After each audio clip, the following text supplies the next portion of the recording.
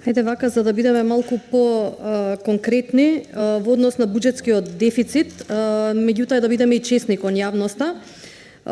Спомнавме неколку пати дека има буџетски дефицит, меѓутоа тој буџетски дефицит не е од непродуктивно трошење, ниту пак е нешто кое што предизвикува луксузирање и така натаму.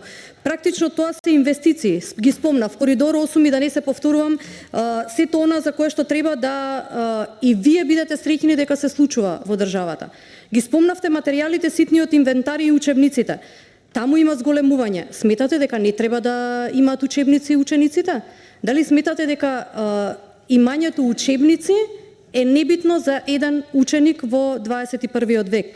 Дали сметате дека она кое што вие го заборавивте да го направите во даден период, треба и ние да бидеме во истата рамка и да заборавиме дека учениците треба да учат од учебници? Ви благодарам.